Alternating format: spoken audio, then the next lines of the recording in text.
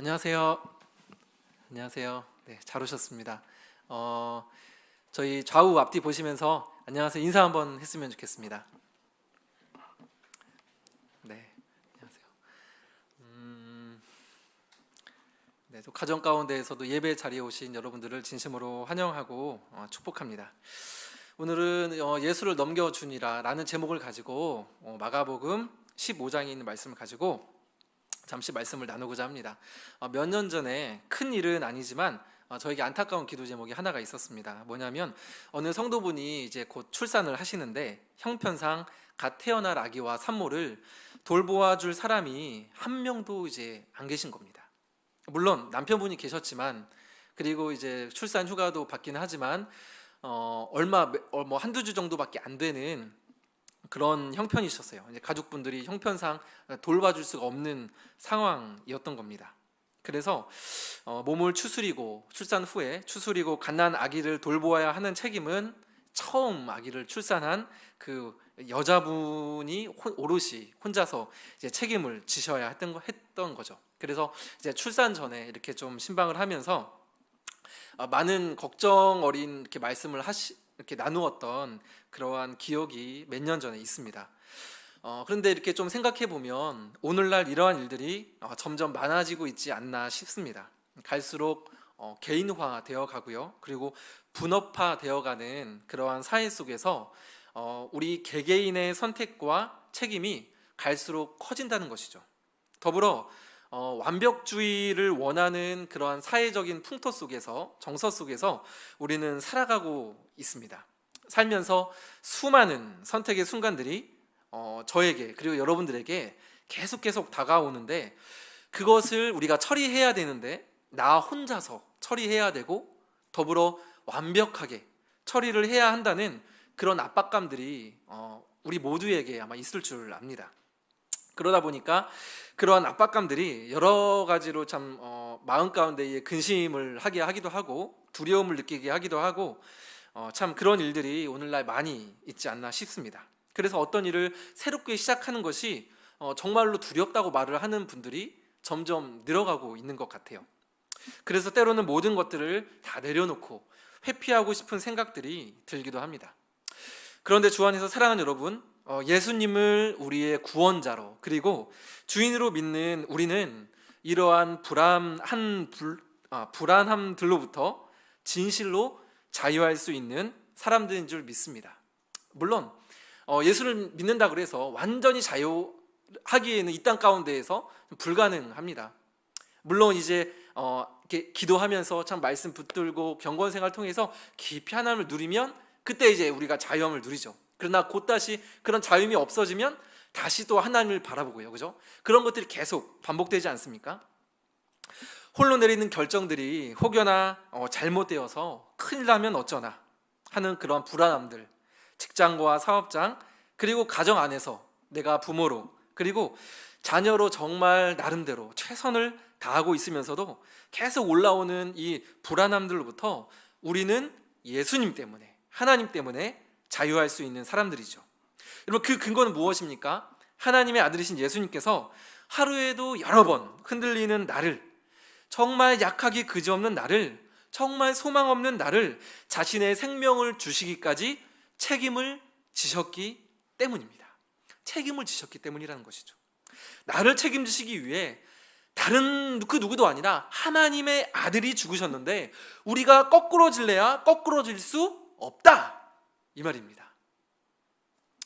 예수님이 과연 우리의 무엇을 어떻게 책임지셨는가, 그래서 우리가 무엇을 누릴 수 있는가, 이 부분에 대해서 오늘 말씀을 통해서 좀 살펴보고자 하는데요.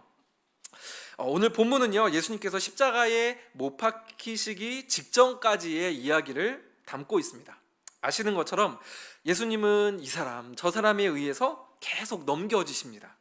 바톤처럼요.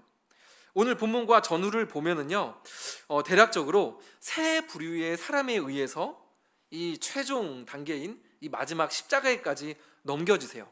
그 세 부류의 사람들을 간단하게 좀 살펴보고자 하는데요. 먼저 첫 번째는 나만 바라보고 내 생명, 나의 안전을 먼저 이렇게 내세우는 그러한 사람들로부터 살인을 넘겨주십니다. 오늘 본문 바로 앞을 잠시 보실까요? 14장 72절인데요. 이게 보면 딱 그냥 눈으로 잠깐만 보셔도 어떤 말씀이 기록되어 있는지 아실 겁니다. 참고로 오늘은 그 말씀 PT가 없습니다.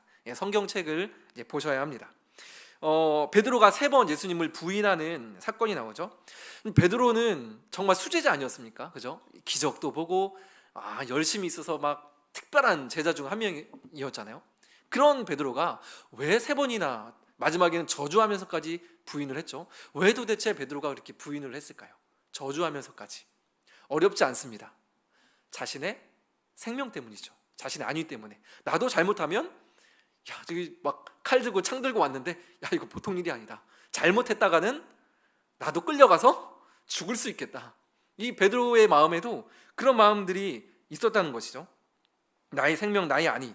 그런데 오늘 본문에 등장하는 우리가 매주마다 굉장히 유명한 사람이 있어요. 우리 기독교인들에게. 심지어 비기독교인들도 아는 사람. 누구죠?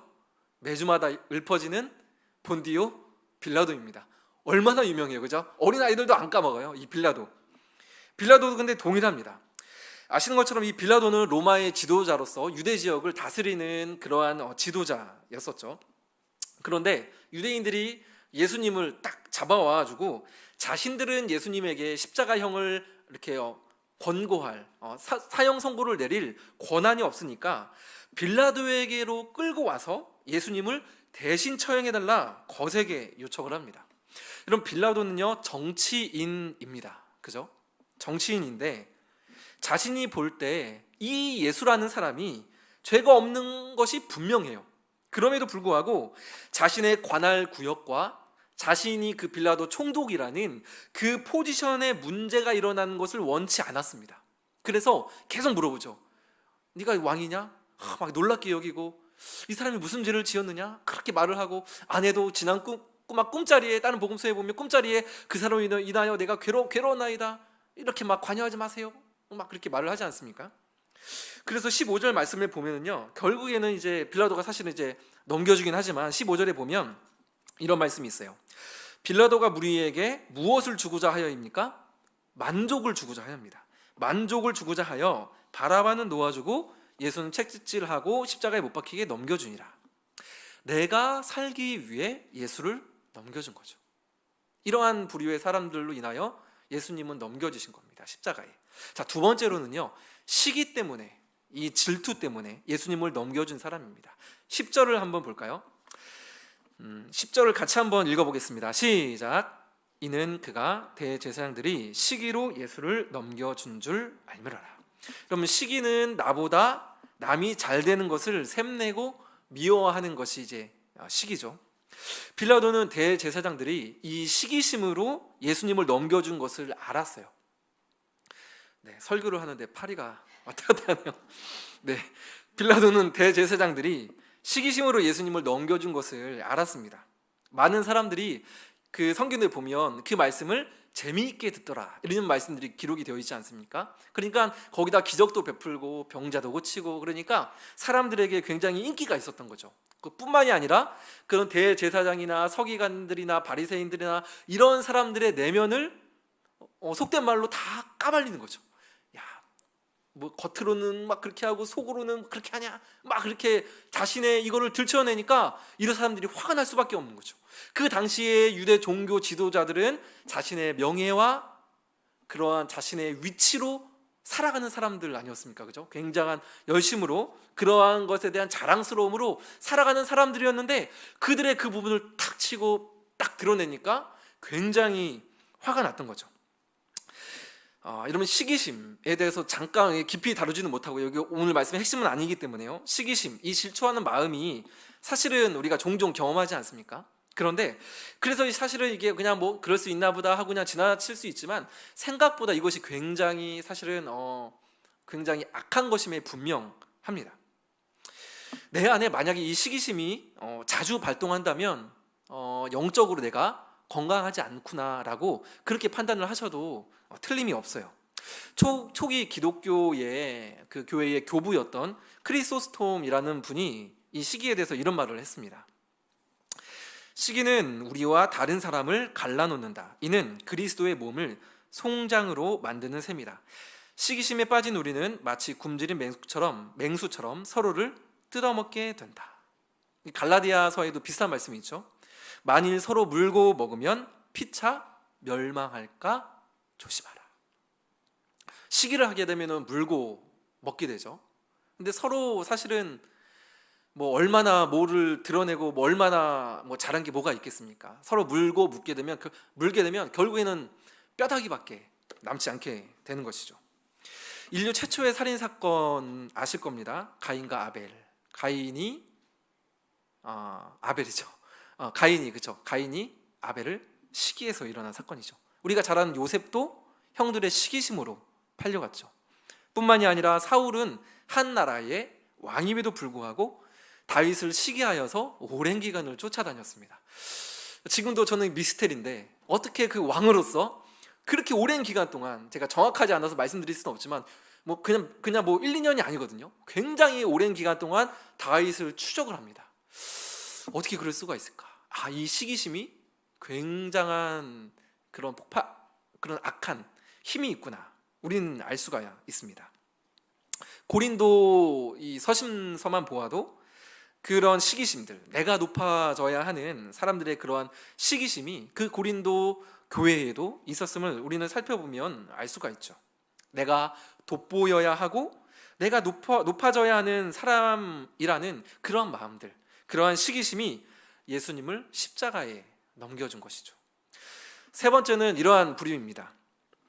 진실을 몰라 마음이 갈팡질팡하는, 어떻게 보면 무지한 사람들이 예수님을 넘겨준 겁니다.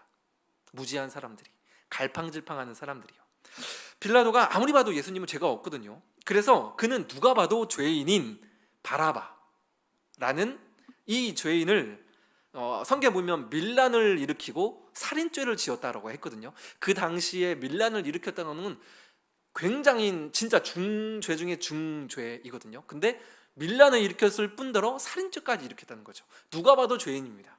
근데 빌라도가 보기에는 예수님은 죄인이 아니거든요. 그래서 그래서 바라바를 끌고 와서, 바라바가 있고 예수가 있는데, 이 명절에는 이때가 이제 6월절이고 이제 무교절이니까 명절이라고 볼 수가 있죠. 명절에는 한 명씩 죄수를 놓아주는 전례가 있는데 바라바를 놓아주면 어떠냐, 이렇게 이제 이런 의도를 가지고 물어본 거죠. 그런데 거기에서 이 말에 대해서 대제사장들이 한 행동이 있습니다. 11절을 한번 볼까요? 같이 한번 11절 한 목소리 읽어보겠습니다. 시작. 그러나 대제사장들이 무리를 충동하여 도리어 바라바를 놓아달라 하게 하니. 자, 중간에 보시면 무리를 무엇합니까? 충동합니다. 이렇게 한 거죠. 그 대제사장들이 그런 말을 듣고 옆에 있는 사람들을 충동을 한 겁니다.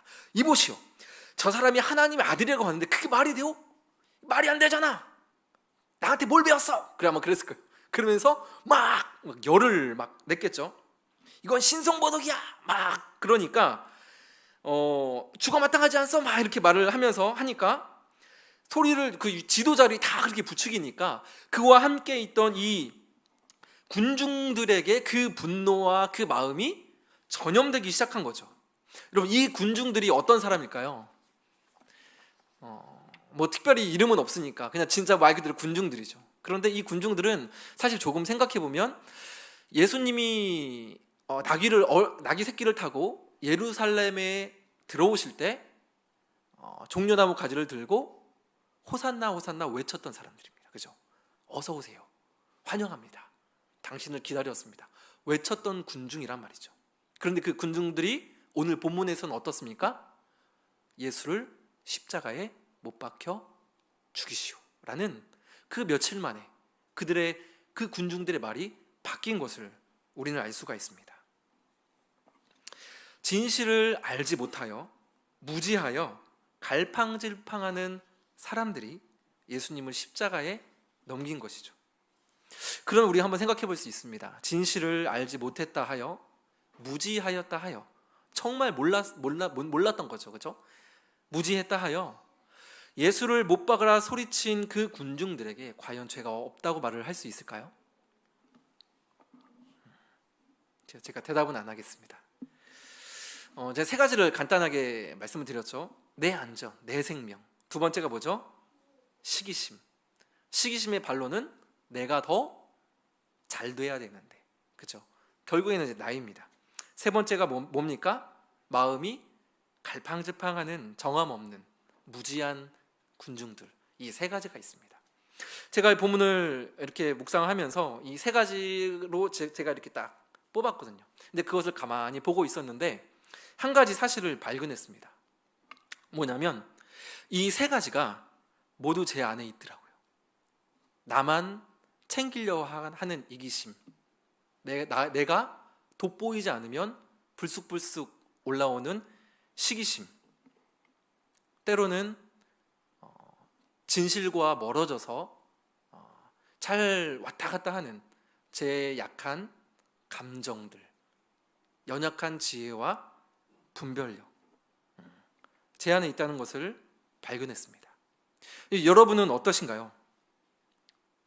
비슷하시죠? 숨기고 싶고 부인하고 싶지만 모든 사람들은요, 나를 먼저 챙기게 되어 있습니다. 나를 먼저 생각하는 이기적인 존재이죠. 아니라고 말할 수 있는 사람 아무도 없을 겁니다.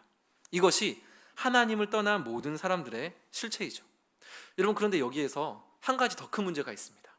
아니, 이것도 큰 문제인데 무슨 더 큰 문제가 있습니까? 더 큰 문제가 있습니다. 뭐냐면 나도 나를 챙길 수 없다는 겁니다. 나도 나를 챙길 수 없어요.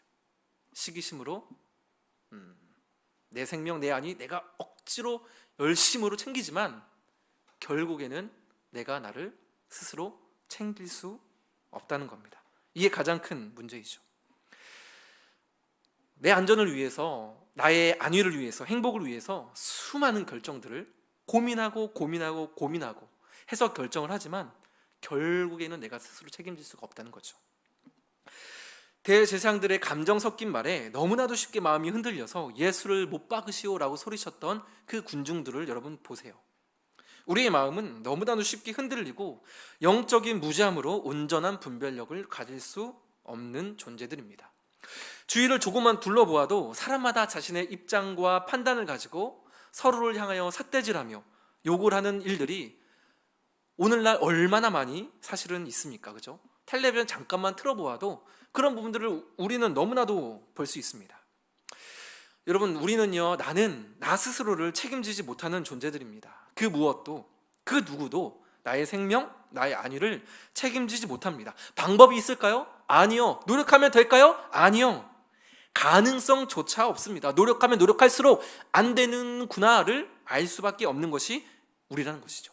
나도 나를 책임질 수 없는 존재, 그래서 절망적인 결국을 맞이할 수밖에 없는 존재, 이것이 성경에서 말을 하는 죄인입니다. 그래서 세상은 서로 손가락질하죠. 왜요? 책임을 지기도 싫고 책임을 질 수도 없으니까요. 내가 왜요? 당신 때문 아닌가요?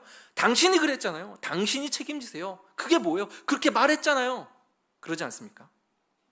저도 한참 방황했던 20대 초중반, 저는 사실은 10대 때는 방황을 못했고 저는 모든 것이 다 늦어요.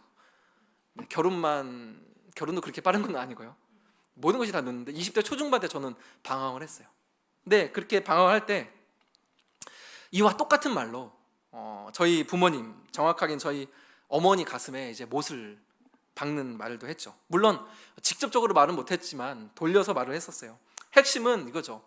엄마 아빠 때문에 지금 내가 이 꼴이잖아. 아직도 기억이 납니다. 아파트, 옛날에 살던 그 아파트 그 식탁에 어머니랑 앉아서 엄마 때문에 지금 내가 이 꼴이잖아. 그래서 그날 오후에 어머니께서 지금 좀 울컥하는데 빨간 이불을 뒤집어 쓰시고 그 혹이나 목소리가 새어나가서 제가 이제 마음이 아플까봐 흐느껴 오는 어머니의 모습을 보았어요. 얼마나 참 아직까지도 제 마음 가운데에 참 너무나도 죄송한 마음으로, 그때 아직은 죄송하다고 말을 했나 안 했나 기억이 없는 거 보니까 말을 제가 못 드린 것 같아요. 얼마나 마음이 무너지는지 몰라요. 난 예수라는 사람 몰라. 내가 어떻게 책임져? 지금까지 수년을 함께 했지만 몰라. 책임질 수 없어 외치는 많은 사람들, 그렇게 넘겨준 사람들의 모습과 똑같은 제 모습이죠. 그런데 여러분, 서로가 서로를 손가락질하면 책임은 누가 지죠? 그렇죠?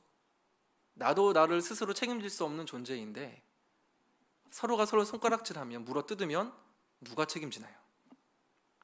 책임질 사람이 없는데, 그래서 예수님이 계속 바톤처럼 넘겨지시잖아요. 그죠?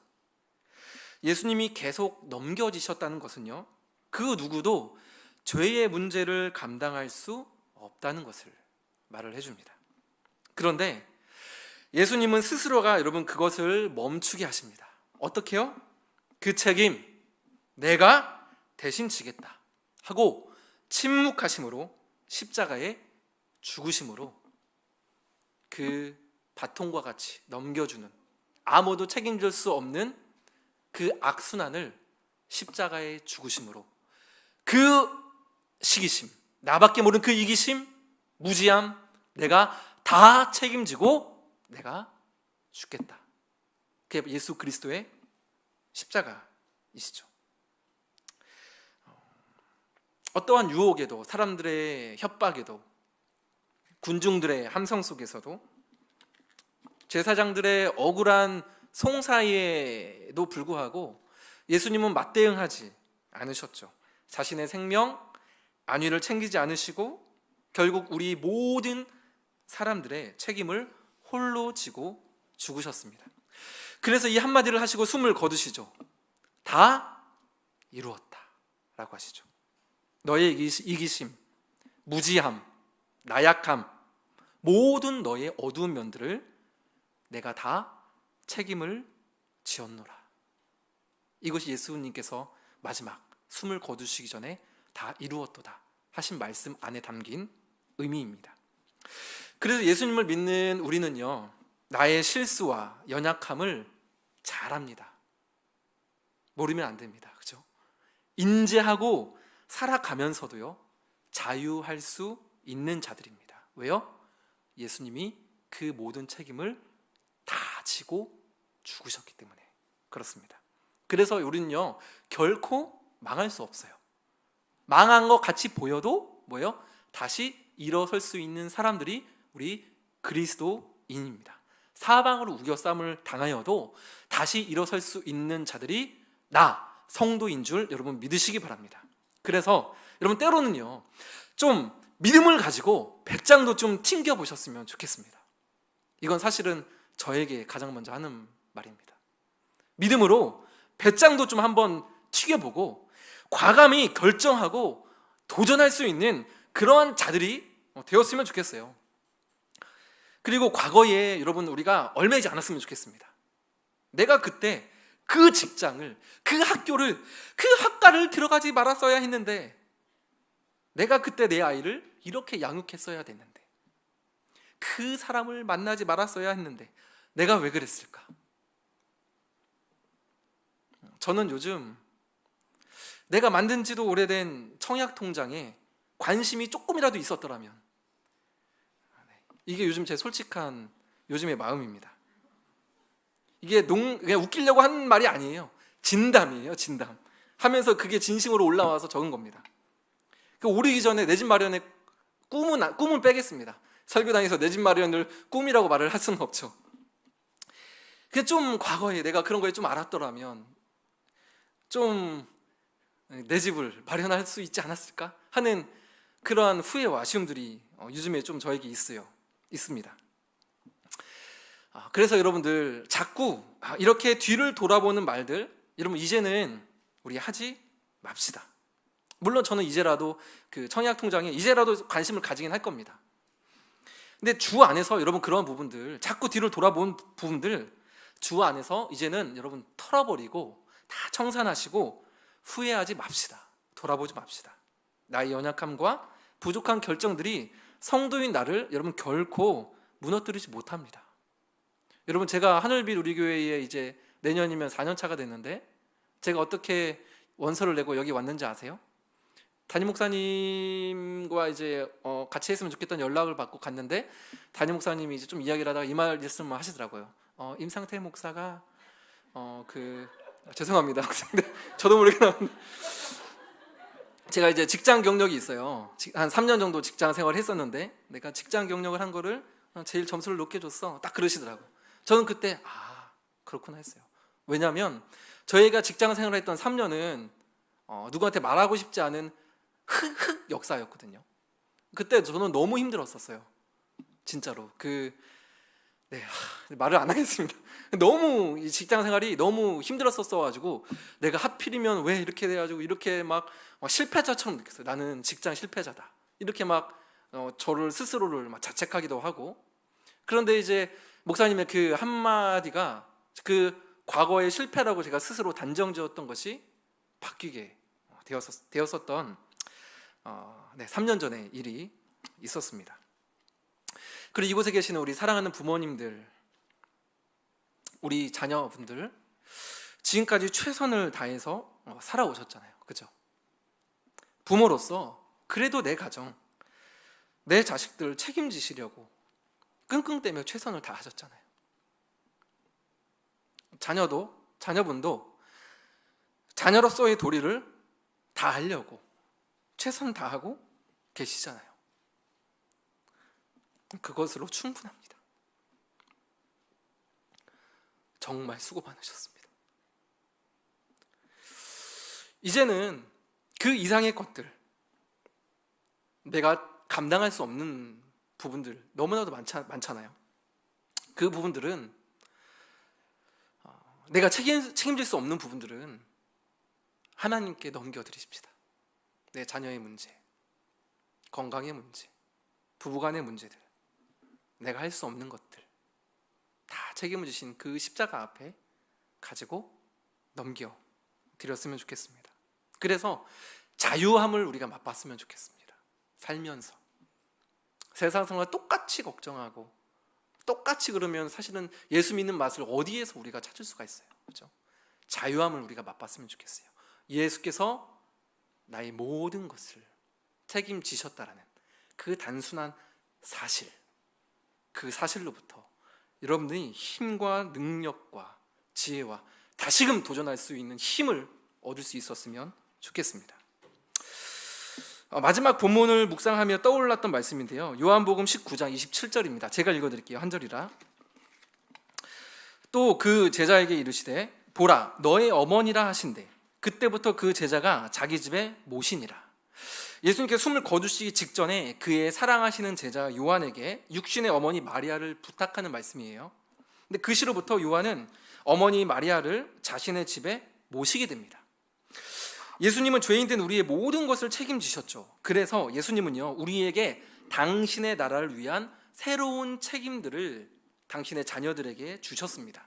이 책임에 대하여 여러 가지로 폭넓게 말을 할 수가 있어요. 여러 가지 사회적인 책임들, 여러 가지 책임들을 말을 할 수가 있지만 조금 좁혀서 구체적으로 공동체, 오늘날로 말하면 교회를 우리에게 주셨어요. 각자에게 책임지라고 우리에게 공동체를 주셨다는 말이죠. 신앙 공동체 안에서 서로가 서로를 책임질 수 있도록 말입니다. 서로가 서로를 책임진다는 것은 구체적으로 말을 하자면 저는 이 한 가지를 말씀을 드리고 싶어요. 뭐냐면 서로가 서로의 기도 제목을 아는 것입니다. 다시 한번 말씀드립니다. 서로가 서로의 기도 제목을 아는 것입니다. 사역자로서 제 신앙 양심에 한 가지 기준이 있다면 맡겨진 성도분들의 기도 제목을 내가 알고 있는가입니다. 기도를 하겠다라고까지는 말을 하지 않더라도 일단은 먼저 내가 그분의 기도 제목을 알고 있느냐라는 것입니다.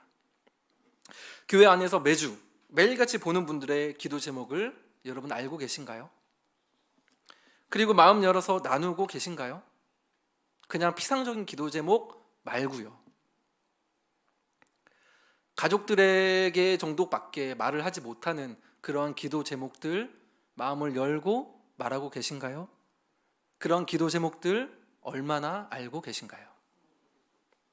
매주 얼굴을 우리가 마주보고 반갑게 인사한다 하더라도, 악수를 한다 하더라도, 만일 하나님 앞에 아뢰는 기도의 제목들을 모르고 마음 열어 나누지 않는다면 온전한 신앙 공동체라 말을 하기 어려울 겁니다. 공동체는 서로가 서로를 위해 기도하면서 성령 안에서 서로 연결되어 함께 책임져 나가는 모임이 공동체입니다. 기도하면은요, 중보기도가 좋은 이유는 물론 여러 가지 이유가 있겠지만 기도하면서 서로가 연결이 됩니다. 기도를 하다 보면은요, 서로가 연결이 된다는 것이죠. 이번 주간에 한 성도분의 아버님께서 뇌출혈로 긴급 수술을 하시게 되었다고 기도해달라고 긴급하게 저에게 수요일이었던 것 같은데 연락이 왔습니다. 기도하겠습니다 라고 답을 해드리고 그분이 속한 모임과 밴드 등의 기도 제목들을 그 자리에서 급하게 나누었습니다. 이곳저곳에 기도 제목을 올리고 이후 이제 수술 진행하는 그 과정들을 알려주면서 한켠에 이런 마음들이 확인이 되었어요. 마음 한켠이 든든하고 따뜻함이 막 올라오는 것을 확인을 할 수가 있었습니다. 오랜만이라고 해야 될까요? 솔직하게 정말 간만에, 죄송합니다. 이 간만이란 말이 조금 어색하시죠? 근데 그냥 간만에 느끼는 감정이었습니다. 기도 제목을 진실되게 받고 믿음으로 공유하는 것 자체도 이렇게 보람이 되고 힘이 되는구나, 다시금 알 수가 있었습니다. 오늘 말씀을 정리합니다. 예수님은요, 십자가에서 나를 이미 already 책임지셨습니다. 그러하기에 우리는 수많은 삶의 결정과 문제들 앞에서 자유를 외칠 수 있는 자들인 줄 믿으시기 바랍니다. 누구 때문에요? 예수 그리스도 때문에. 나의 책임을 지시고 십자가에 죽으시고 부활하신 예수님 때문에 자유를 외칠 수 있는 사람들이라는 것입니다. 주신 자유함으로 하나님만을 높여 찬양하는 이 세상 가장 복된 인생들이 다 되시기를 주님의 이름으로 간절히 소망합니다. 우리 말씀 생각하면서 찬양하며 나아가겠습니다.